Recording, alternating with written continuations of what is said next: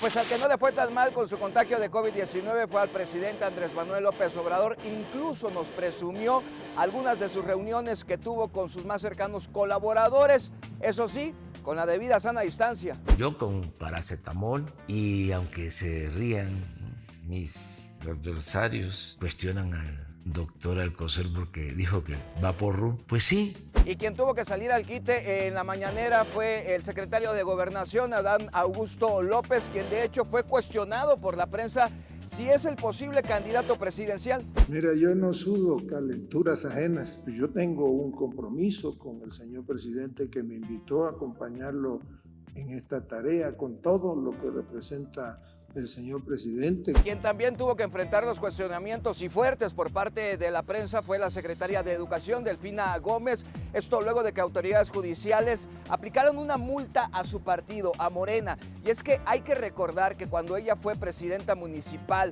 del municipio de Texcoco, allá en el Estado de México, se le cuestionó también muchísimo porque ella exigió a colaboradores del ayuntamiento que entregaran parte de su sueldo a ese partido, a Morena. Y el tribunal ya dio el dictamen. ¿Pero usted qué respondería? Porque usted No, pues, es la... nada, no doy nada de opinión. ¿Pero alguna postura, maestra? No, somos muy respetuosos y lo que determina el tribunal. Estos son los esqueletos de la semana y los saluda Uriel Estrada a nombre de Irving Pineda. Arrancamos. Bueno, vamos a revisar ahora la situación del virus SARS-CoV-2. ¿Cómo se vive en México? Este es el corte de caja del gobierno federal. El repunte de contagios de COVID-19 que vive México no ha reflejado una mayor presión a los servicios hospitalarios, así lo ha reiterado el gobierno federal. Se trata de una variante muy contagiosa, muy contagiosa. Están creciendo mucho los contagios en el país, pero no así las hospitalizaciones y lo más importante, no hay incremento en fallecimientos. Aún así, se alista la compra de 2 antivirales que se usarán para pacientes delicados y que se compartirán con algunos hospitales privados. Porque no es así para uso general. Es para personas mayores, quienes tienen una enfermedad grave. Además, se evalúa la vacuna de Moderna como refuerzo y se alista la llegada de millones de vacunas. Vamos a recibir 11.7 millones de dosis de AstraZeneca, estimo la semana entrante, cuando muy tarde, si no es que antes, y 22.3 millones de dosis entre febrero y marzo. Irving Pineda, Fuerza Informativa Azteca. Después de que la semana pasada el presidente Andrés Manuel López Obrador se contagiara de COVID-19, reapareció en las mañaneras en la del lunes 17 de enero. Habló de cómo la pasó y también de algunos remedios caseros de los cuales echó mano para vencer el virus del SARS-CoV-2. No tuve calentura, fue muy buena la oxigenación, arriba de 90, paracetamol, 2 días nada más. Miel para la garganta, aunque está caro el limón, procuraba yo no ponerle tanto. Se burlan del Vaporru, pero ayuda. Bueno, y para el gobierno federal el repunte de casos de COVID-19, sobre todo de la variante de Omicron, no será un efecto más negativo para la economía de nuestro país. Esto luego del confinamiento que se vivió durante el 2020. Habla el secretario de Gobernación al respecto. Se mantiene el crecimiento económico, se mantiene la actividad económica, no ha cerrado ninguna empresa, ninguna fuente de empleo. En algunos casos, bueno, pues se ha tenido que hacer ajustes temporales a las plantillas laborales y en un centro de trabajo. Lo cierto es que la mayoría de las personas que se han contagiado de COVID-19 han tenido que aislarse en casa. Han presentado síntomas menores debido a que ya cuentan con su esquema de vacunación. Pero ¿cómo hay que aislarse en casa? Vamos a responder esa pregunta. Una vez que se detecta a la persona con COVID-19, el paciente debe estar en una habitación ventilada hacia la calle y mantener la puerta cerrada de la habitación. La comunicación debe ser vía telefónica con cualquier familiar y el baño debe ser desinfectado cuando lo utilice. Hay que evitar compartir vasos, cubiertos y toallas. Además, la basura del paciente que vaya produciendo a lo largo de su aislamiento debe apartarse. En tanto, la ropa que utilice durante toda esa semana deberá lavarse por separado. Hay otra realidad con esta variante llamada Omicron, y es que si bien los síntomas son leves, algunos testimonios recabados por Fuerza Informativa Azteca nos dicen que precisamente esos pacientes sufren mucho de dolor de hombro o de algunas articulaciones. La principal queja que hemos visto recientemente, pacientes infectados o post-infectados de COVID, son dolores articulares, dolores musculares y particularmente fatiga, que es una de las principales quejas por las cuales vienen los pacientes reumatológicos. Y al evaluarlos, muchas veces encontramos pocas cosas, pero un antecedente relevante, el cual fue una infección de COVID. Y para quienes andamos en la calle, nuestro mejor aliado para evitar los contagios de COVID-19 es el cubrebocas. Vamos a revisar la efectividad de alguno de ellos. Por ejemplo, el KN95 tiene una efectividad de filtrar el 95% de las partículas del ambiente. Lo mismo ocurre con una mascarilla N95. Mientras que las quirúrgicas un 85% y las de tela solamente un 25%. Hay que recordar que las mascarillas KN95 y N95 se pueden usar hasta 5 veces. Ojo, mucha atención a este dato, siempre y cuando se guarden en una bolsa de papel. Y en el municipio de Ecatepec, Estado de México, el uso de cubrebocas ya es obligatorio. De hecho, algunos mexiquenses ya han sido sorprendidos sin la mascarilla y han sido multados por parte de las autoridades. Daniel de Rosas tiene más información al respecto. Adelante, Daniel. Yo me encuentro en la zona centro del municipio de Ecatepec, Estado de México, donde, por cierto, déjame pongo el cubrebocas y es que podría ser arrestado. Esta medida comenzó a aplicarse a partir del viernes. Células COVID y policías municipales, así como de tránsito, recorren lo que es el primer cuadro del Palacio Municipal, mercados municipales, plazas comerciales y también el transporte público. Invitan a todos los ciudadanos a que porten el cubrebocas. En caso de que no se lo pongan, podrían ser arrestados de 2 a 8 horas o cumplir 5 horas de trabajo comunitario. Hasta el momento, solamente un ciudadano ha sido detenido, ha sido arrestado, ha cumplido 8 horas de arresto por negarse a colocar el cubrebocas. Esta medida pues fue a través de Cabildo y hasta el momento no hay fecha de caducidad, es decir, está vigente mientras, dicen las autoridades, disminuyen los contagios.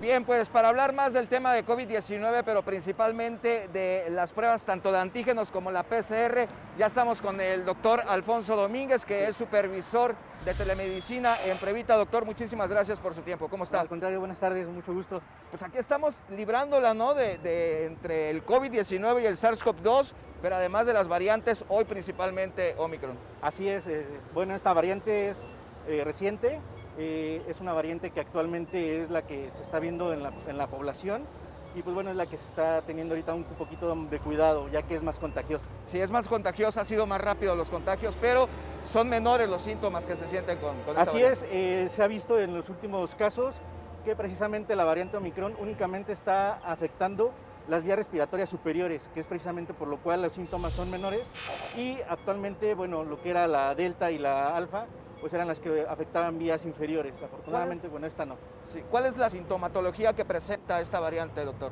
Principalmente, como comentaba, como son vías superiores, son datos de un resfriado, como ves, estornudos, tos, dolor de cabeza, malestar en general, puede haber dolor de cuerpo y fiebre por arriba de 38 grados. ¿Cuándo hay que hacerse una prueba?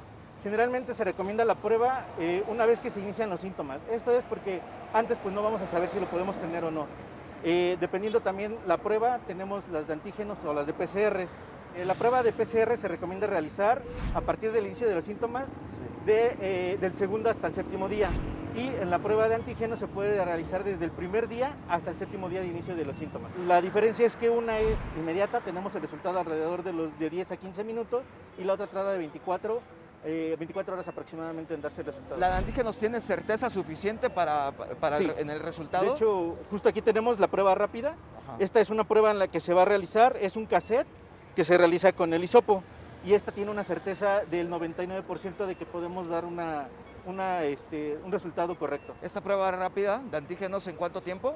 De 10 a 15 minutos. De 10 a 15 minutos. ¿Y la PCR? La PCR, como esa se tiene que procesar en laboratorio, la cual se tiene que enviar precisamente a nuestro vial se tarda 24 horas aproximadamente en poder dar el resultado. Ya es el mismo procedimiento, ¿no? Con el Así hisopo es. vía nasal. Con el hisopo tenemos vía nasal. En la prueba PCR se realiza la recolección desde la mucosa de la nasofaringe y de la orofaringe. Ahí son 2 hisopos los que se van a utilizar. Y en la prueba rápida es únicamente uno, que es en la nasofaringe. Doctor, ¿hay que tener todos los síntomas para realizarse una prueba o basta con sentir uno de esos? Aquí, para estar más seguro, se puede realizar desde el momento en el que ya iniciamos con los síntomas. Sin embargo, eso es únicamente para certificar que ya tenemos COVID. En caso de que únicamente tenemos sintomatología, podemos acudir con nuestro médico que nos dé tratamiento, pero sí es importante el saber si tenemos o no, para evitar alguna propagación más de la enfermedad. Ahora, doctor, si ya me contagié de la variante Omicron, ¿me puedo volver a contagiar de la misma variante? Sí, nosotros tenemos lo que es la inmunidad adquirida, esto es por una infección posiblemente. Sin embargo, esta va a variar dependiendo de cada individuo. Cada organismo es diferente y va a tener una inmunidad muy diferente. Lo que puede pasar es que una vez que ya me contagio, después de cierto periodo, podemos nuevamente volvernos a infectar, ya sea de la misma cepa, en este caso Omicron, o de alguna otra. ¿Y el aislamiento con esta nueva variante, el aislamiento cuánto tiempo es, doctor? En este caso se está recomendando desde 5 a 7 días el aislamiento. Posterior a este tiempo, continuar con las medidas de seguridad personales como para los demás, que es el uso del cubrebocas, lavado de manos y el uso de alcohol en gel. Lo de siempre. Pues allá estaremos entonces, doctor, tratando de librar esta nueva variante. Cuando creíamos que ya estábamos librando el COVID-19, de pronto se aparecen una serie de variantes, pero la Omicron ha sido la más complicada, ¿no? Así es, ahorita ya es la que está ahorita con mayor auge en la población. Bueno, ya está. Es el doctor Alfonso Domínguez, supervisor de telemedicina en Previta. Muchísimas gracias por su tiempo, doctor. Al contrario, muchas gracias. Y aquí en Ciudad de México, en particular, en 2 alcaldías donde gobierna el PAN, han sido colocados módulos para aplicar pruebas. Esto no ha sido bien recibido por parte de las autoridades capitalinas, principalmente por la jefa de gobierno, quien dice no es necesario que se realicen las pruebas. Si tienen síntomas, no es necesario que se vayan a hacer una prueba, mejor aíslense 7 días. Si es COVID, pues en general es leve en el caso de esta variante, a menos que tengan fiebre persistente o una oxigenación baja, entonces sí dirigirse a un hospital. Evidentemente los alcaldes panistas no se quedaron callados ante la respuesta de la jefa de gobierno Claudia Sheinbaum. Por eso hacemos contacto con el alcalde de Miguel Hidalgo, Mauricio Otabe. Alcalde, qué gusto saludarle. Oiga, alcalde, pues platíquenos por qué decidieron instalar estos módulos para hacer pruebas COVID-19 con costo y cuántos se están operando en su demarcación. Autorizamos que laboratorios privados se instalaran en espacios públicos para ofrecer de bajo costo las pruebas COVID, porque los servicios de salud, tanto públicos como privados, estaban rebasados. Mucha gente no alcanzaba ficha para hacerse la prueba. Por eso es que decidimos ampliar la oferta de este servicio, permitiendo que los privados operaran, no el gobierno, estos módulos de prueba bajo 2 condiciones: que cumplieran con los certificados sanitarios y que fueran de bajo costo. Y está garantizado que el precio que ofrecen para hacerse la prueba es el más bajo del mercado. Autorizamos 9 módulos en distintas plazas y deportivos y actualmente se proporcionan alrededor de 1,800 pruebas al día. Oiga, alcalde, pues ya vimos la respuesta de la jefa de gobierno y ella contundentemente dice no son necesarios estos módulos para que se hagan las pruebas de COVID-19. ¿Ha tenido una conversación con las autoridades de la Ciudad de México al respecto? Bueno, para Morena no es necesaria ni la ciencia, ni la estadística, ni las pruebas. Por eso se explica el fracaso en el manejo de la pandemia. Al negar las pruebas, negaron la realidad y mucha gente no tuvo oportunidad de tratarse a tiempo, teniendo consecuencias muy lamentables. Esto explica las altas tasas de contagio y de mortalidad en el manejo de la pandemia en México. Y desde el principio, cuando iniciamos con estos módulos de bajo costo, Morena se enojó, se molestó y empezaron a criticar lo que significaba una opción más para la gente. Nosotros solicitamos en principio al gobierno de la ciudad las pruebas gratuitas, pero no tuvieron la capacidad para ofrecerlas. no estaban en condiciones de ofrecerlas y por eso recurrimos a una alternativa, siempre que fuera de bajo costo. Alcalde, ¿cuántas pruebas están procesando estos laboratorios que operan allá en su alcaldía? Estos laboratorios procesan alrededor de 1,800 pruebas diarias. En los 10 días que llevan de que se instalaron estos módulos de pruebas COVID de bajo costo, se han atendido a más de 18,000 personas, resultando un 30% positivo. Es decir, 1 de cada 3 que está formado en la fila de las pruebas está contagiado de COVID. Esa es la estadística que tenemos y muy probablemente sea la estadística de los laboratorios públicos y privados de toda la alcaldía. ¿Hasta cuándo estarían entonces operando los mismos módulos para realizar esas pruebas, alcalde?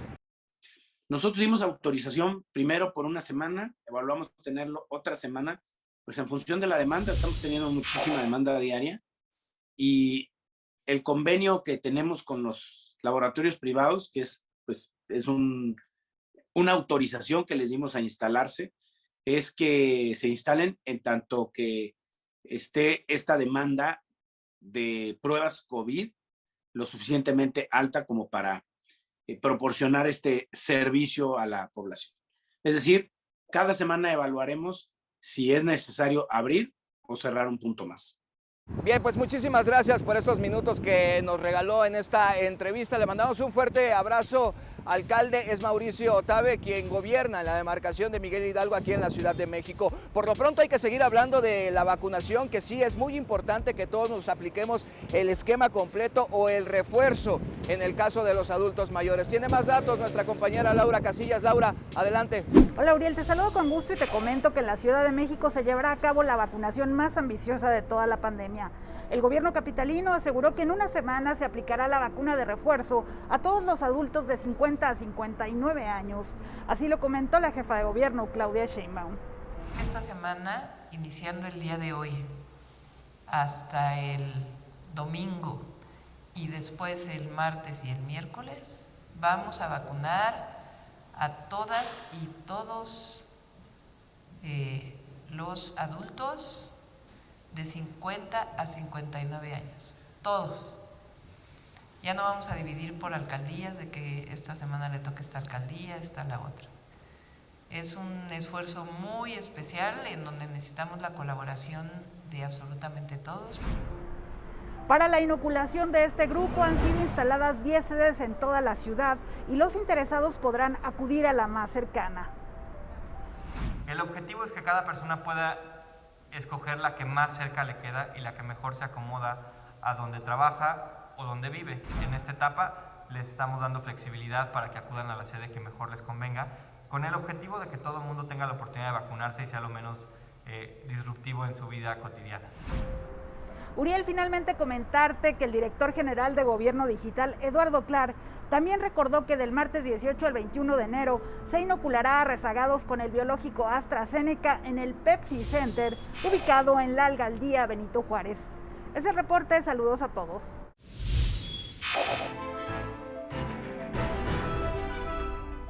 Así es, hablemos del cambio de poder para este 2022, en el que en el próximo mes de junio de este año se estarán renovando 6 gubernaturas en la República Mexicana. Y este fin de semana César Verástegui fue elegido como el precandidato único por la coalición PRI-PAN-PRD para la gubernatura de Tamaulipas. Habla con el corazón en la mano, así lo dijo. Con el corazón en la mano, a que sigamos juntos, a que sigamos firmes, a que sigamos fuertes, siempre unidos, siempre y por siempre, con Tamaulipas todos. De hecho, en ese mismo evento estuvieron presentes los líderes del PRI, del PAN, del PRD, que se fueron a dar una vuelta por esa entidad en la llamada Trucotroca.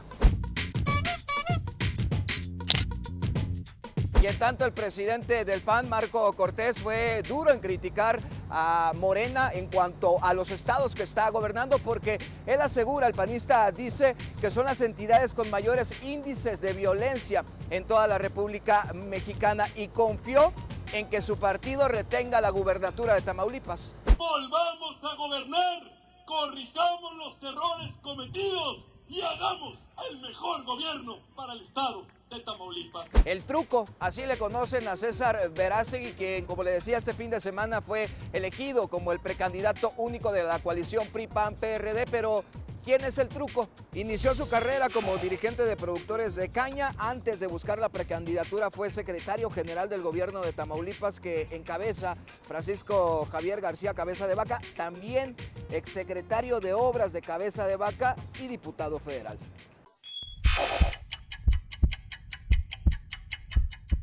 ¿Y qué está pasando en el Senado de la República? Gerardo Segura, estamos contigo, adelante. ¿Qué tal, Uriel? Pues fíjate que el coordinador de los senadores de Morena, Ricardo Monreal, trata de calmar las aguas en su bancada. Esto luego de las diferencias que se suscitaron por el caso de José Manuel del Río Virgen, quien, como se sabe, continúa detenido en el penal de Pacho Viejo en Veracruz. Ricardo Monreal rechazó que haya rompimiento en su grupo parlamentario y también descartó y rechazó que se esté conformando un grupo alterno al de su bancada. No hay un grupo alterno, hay un solo grupo, el grupo Morena, y cada uno de los 61 senadores y senadoras tiene opinión propia. Se respeta la opinión aquí en el grupo y las decisiones se toman por mayoría. Bueno, en suma, Ricardo Monreal dijo que es momento de unidad, pero también indicó que mantendrá firmes sus convicciones, pero también pidió que nadie se enoje ni se moleste porque a veces sostiene una opinión diferente en diversos temas, ni tampoco porque ha sido crítico con los extremismos o los radicalismos. Que nadie se enoje por las opiniones que se emiten de cualquier mexicano. Es parte de la tolerancia que todos nos debemos. No todos podemos opinar igual, ni pensar igual. Es un país diverso y es un país que tiene su riqueza en eso, en su pluralidad. Bueno, Ricardo Monreal dijo que seguirá apoyando a José Manuel del Río Virgen porque considera que es inocente, además de que no hay ningún elemento que lo vincule a los delitos por los que se le acusa.